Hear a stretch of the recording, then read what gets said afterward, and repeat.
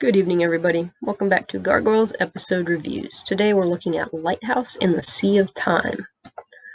It's the archaeological find of the decade. The scrolls of Merlin are being brought from their home across the sea to NYC. Elisa and Matt are in charge of security for some reason, meaning the gargoyles won't be far away. Things are going swimmingly until two mercs and Harrier jets attack. There are many people who want the scrolls, but who's gutsy or desperate enough to steal them like this? And what do they want with them? Rumor is the scrolls hold powerful spells. Hudson plays an integral part in the effort to reclaim the scrolls. He makes two unlikely friends along the way. We also learn the importance of literacy, in case there was any doubt about its value. This isn't one of my favorite episodes, but spoiler, Macbeth and Owen are in it, so it's got that going for it. Spoilers are in the 2020 moments, and Ask Greg parts are in the According to Greg bits. Season 2, Episode 4, Lighthouse in the Sea of Time. Reasons for existence. To drive home the theme that literacy is important to bring Macbeth back into the picture. Main antagonist, Macbeth and company. Times, late September 1995. Got a lot of episodes packed into September here. After 7 months of nothing. Locations, New York City, New York. Tomb Raider. Previously on Gargoyles. Recap of Enter Macbeth. Well, now we know who the main antagonist is this time around. According to Greg admits that it was a mistake to do the recap in this one. It gives away the mystery of who the antagonist is. He was caught between letting people wonder who this Macbeth fellow was and maintaining the mystery of the antag, or explaining who Macbeth was and killing the reveal at the halfway point. So he did the latter. In a cave-like tomb on the moors, the Thornberrys are exploring a treasure trove. Okay, fine. They're archaeologists Lydia Duane and Arthur Morwood Smythe. They're your stereotypical Brit explorers. Raiders of the Lost Ark, maybe? He's even got the hat. According to Greg, the female archaeologist is named after writers Lydia Morano and Diane Duane. Morwood Smythe was named after writer Arthur Byron Cover and Peter Morwood. Smythe was probably added for flair. The wind blows over a lyre, which sparkles. I'm not sure if it's magic. The harp/lyre is a traditional Celtic symbol. Below is a chest with runes on it. The runes, according to Lydia, say that the seeker of knowledge has nothing to fear. The destroyer, everything. Gung-ho, the Indiana Jones is open it. Blue light snakes out. Yes, snakes. Like there's snakes of it coming out and coiling around. The archaeologists don't comment on this, so is this normal for them? Anyway, it forms this outline of a bearded man's face, then it returns to its box. It's a spell that's supposed to check intent. Inside are scrolls, the scrolls of Merlin. Great, now exposure to the air will destroy the contents. No, it doesn't. Reading's fun. At the clock tower, Lex reads an article about the scrolls. They're coming to Metropolitan Museum in NYC. Brooklyn says that the wizard is a lot like Magus. Goliath is quite familiar with Merlin. Merlin was a white wizard of the 5th century. His magic was incredibly powerful. Ooh, a magic-related plot. It's good to have one of these stuck in now and then. Yes, Legion had magic, but it was mostly weirdo VR computer stuff. According to Greg, Merlin is a child of the Fey Lord Oberon, of Shakespearean fame, and a mortal woman. Also, Greg wanted to cite The Crystal Cave as a book about Merlin, but legal wouldn't let him. Goliath kicks off what will be a slugfest of hammering home the literacy theme. He tells Brooklyn he can find books on Merlin in the library. Really, LeVar Burton? Elisa, apparently the only cop in town, gets stuck doing every security and investigation job. She's up there with him, talking to him. Broadway would rather rent the movie. Does he mean Sword in a Stone? It's a Disney classic. And how is he renting them? You have to, at that time, give your birth certificate, a blood oath, and a picture of you in a zebra costume to rent a video. This brings Lexington's and Brooklyn's opinions in. They're pro-book. Hudson stays out of it, mostly as he watches TV. They tear themselves away from arguing about books to listen to Elisa. She and Matt, since they're the only detectives in New York City, apparently, and sometimes how we need detectives on a security detail, will be guarding the scrolls while they're on a ship that's sailing from the UK. Why isn't there already security? Why do they have to go out there? And in the middle of a storm, no less? This should be a Coast Guard thing, if anything. Sailing the high seas, and those are some high seas for this nonsense. Oh well, off they go. As they admire the scrolls, 2 jet aircraft blow out the windows of the ship's bridge. Somehow the glass shrapnel doesn't kill anyone, while the captain, hi Jeff Bennett, of the HMS Churchill radios an SOS.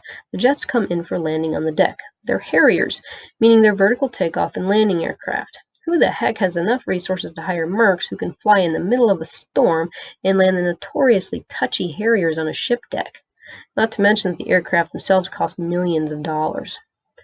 Popeye and a refugee from a 1980s punk rock band make short work of the two. Those are the pilots, by the way. Wow, a whole 2. Way to go on the security detectives and the archaeologists. Guess they weren't Indiana Jones types after all. The attackers use lightning pistols, but the blonde Popeye merc just shoves Elisa back. What happened to the detective who took out all of Bruno's crew in Awakening? And here's the rest of the security detail.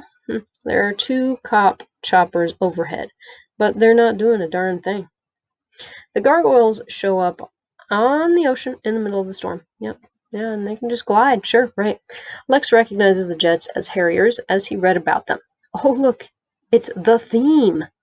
Broadway still is dubious about books. Goliath believes the jets belong to Xanatos. Of course he believes this. Xanatos is the boogeyman, the first suspect in any plot, even if it makes no sense for him to be. The guards attack the jets as the aircraft take off. Hudson rips the canopy off Popeye's jet, yet Popeye sends him crashing into the sea with an electric shock that works despite not being grounded. Hudson takes the canister, though. Meanwhile, the one with the scrolls in it, Broadway clings to the fuselage of punk rock chick's Harrier. Well, you don't see an angry Garg in your cockpit every day. How the heck? I do not think so. Broadway stuck to the side of the Harrier like he's some sort of remora on a shark. That's ridiculous. Right, we've got a gargoyle hanging on the side of a fighter jet, and we've got a pilot flying the other jet without a canopy or even so much as goggles. Yeah, sure, sounds totally believable. Cleared for landing. That is the dorkiest hat ever, Elisa. She's got this stupid red hat on. I don't know why. I don't know why they did a whole character design new sheet there for that. I don't know. Elisa is convinced beyond the shadow of a doubt that Xanatos is behind the theft. Yeah, she's probably hurting from metamorphosis. How is Elisa a detective? I don't know sometimes. I'm going to ignore the recap at the beginning of the ep and pretend I have no idea who the main antagonist is. Here goes. This attack is nothing like Xanatos' MO. He rarely is this blatant unless he wants the attention, such as in The Edge, or I guess Reawakening. Those aren't his mercenaries either. Conventional aircraft like Harriers isn't his style. Except in choppers. But even his choppers are wicked cool. Xanatos could easily have had the scrolls stolen from the museum they're headed to, or even just bought them. Also, he'd have to be partnered with somebody like Demona, who knows sorcery. Never once did he try to work any of the spells in the Grimorum Arcanorum. He's not about to risk life and limb tampering with that nonsense personally. While Elisa gnashes her teeth at and plots her vengeance on her favorite scapegoat, Hudson is washing ashore somewhere in the East Coast. I love how they're just like, well, I guess Hudson's out. He's pretty much unconscious, but manages to hold the cylinder. Okay. He wakes to find himself in front of a large brick house. That's some party, eh, Hudson? And that is quite the pricey-looking house there. Got 3 stories going on, brick. Look at that chimney. My gosh, and every light in the house is on by the look of it. The jets, meanwhile, land at a castle. That's Macbeth's castle, quite obviously. Apparently it didn't take long to rebuild it after the Inferno. Less than a year, actually. It's nice that the Harriers are stealth-rigged so that the cops can't trace them on radar. What's that? They're not stealth aircraft? Huh. Okay. The mercenaries jump out. Punk Chick is berating Popeye, who actually without the glasses is squinty, about losing his canister. The boss will be pissed, they reason, but at least they have 1 cylinder. Oh, not so fast. There's a hole in the side of her jet, and the canister's gone. Broadway tore a hole in the jet without them noticing his movements or hearing metal ripping is beyond me. Squinty's hair is also still in perfect form despite flying a jet without a canopy. The usual suspects. Goliath, Lex, and Brooklyn storm into the Erie building into the main hall. The doors are unlocked, and I guess they stay that way, since when you're thousands of feet in the air and the Gargs will burst them down anyway, you might as well just keep them unlocked. Owen has escaped his office to use the computer in the Great Hall. That's an odd place for a computer. It just doesn't go with the rest of the decor. The Gargoyles demand to know where Xanatos, Hudson, and Broadway are. Owen is in another of his good moods. Owen is quite snarky when people other than Xanatos are around. I really want to see what's in the day planner or whatever it is. Probably nothing. He's probably just looking at blank pages. Keeps it all in his head.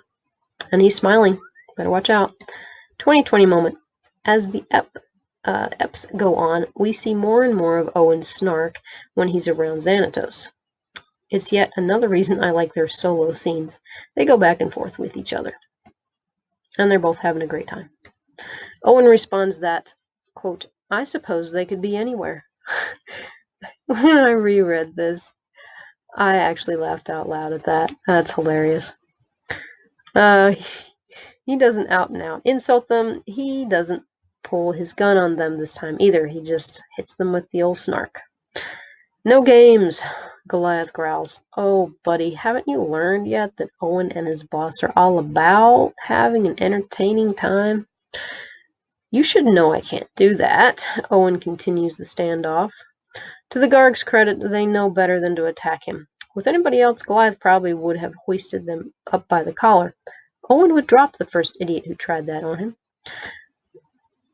Goliath and company storm off to find their clanmates on their own and the scrolls. Good attempt, Goliath, but nobody intimidates Owen. Owen flat out grins. What's he up to? Is Xanatos involved somehow? Or is he just amused that Xanatos can cause the Gargs trouble without even trying? Oh there, a full grin, write it on the calendar, or the day planner. According to Greg, the writers decided not to have any more eps where Owen was holding the fort and giving snarky answers to the Gargs when they started barking up the wrong castle. 2 such scenes in 4 eps was enough. Now, I disagree. Then again, I think they should have random Xanatos scenes thrown in. This ep could really use more Owen and Xanatos because it's kind of bland. Not so fast, laddie. Broadway, on the way out, off with his prize while the genius mercs are looking through the garage for the scrolls. Why? Something tore a hole in your jet, you idiots. The scrolls aren't going to be just laying around. Then they spot Broadway. He rolls barrels at them like it's a computer game. The 2 henchmen really suck at dodging, too. I think Bruno's squad could have avoided them. And there's Broadway out in the rain. He's out scot-free until he meets cue Scottish music, Macbeth. Not quite scot-free. It's not a huge reveal since the recap was all about him. Oh, and let's not forget that the Jets just landed at his very recognizable castle. There's Broadway. Macbeth really freaks Broadway out. For good reason, too. There can be only one. Wait, wrong Scotsman. The rain's coming down and lightning is glowing off of Macbeth's coat. It looks really cool. He promptly throws Broadway again, then tosses a sphere at him. Gas erupts from the orb. Good night, big boy. Broadway has a really poor track record against Macbeth. Heck, the guy threw Big Boy like he was a caber at the Highland Games. No, halftime. I like Macbeth, so I'm glad to see him back. We don't know what he wants with the scrolls just yet, but it's probably the spells. Why? What has he heard they contain? I wasn't aware he was a practicing wizard either. Does Xanatos have anything to do with this plot? It's always amusing when the protags go after one antagonist, only to have to back off and admit they're wrong. For once, the antag was behaving. What's actually in the scrolls? Merlin's spells would be as powerful as the Grimoires, I suppose. Well, come back later and we will learn what the scrolls hold. So remember to comment here or on the blog, like, share, subscribe. Thank you so much for watching, and we will catch you in the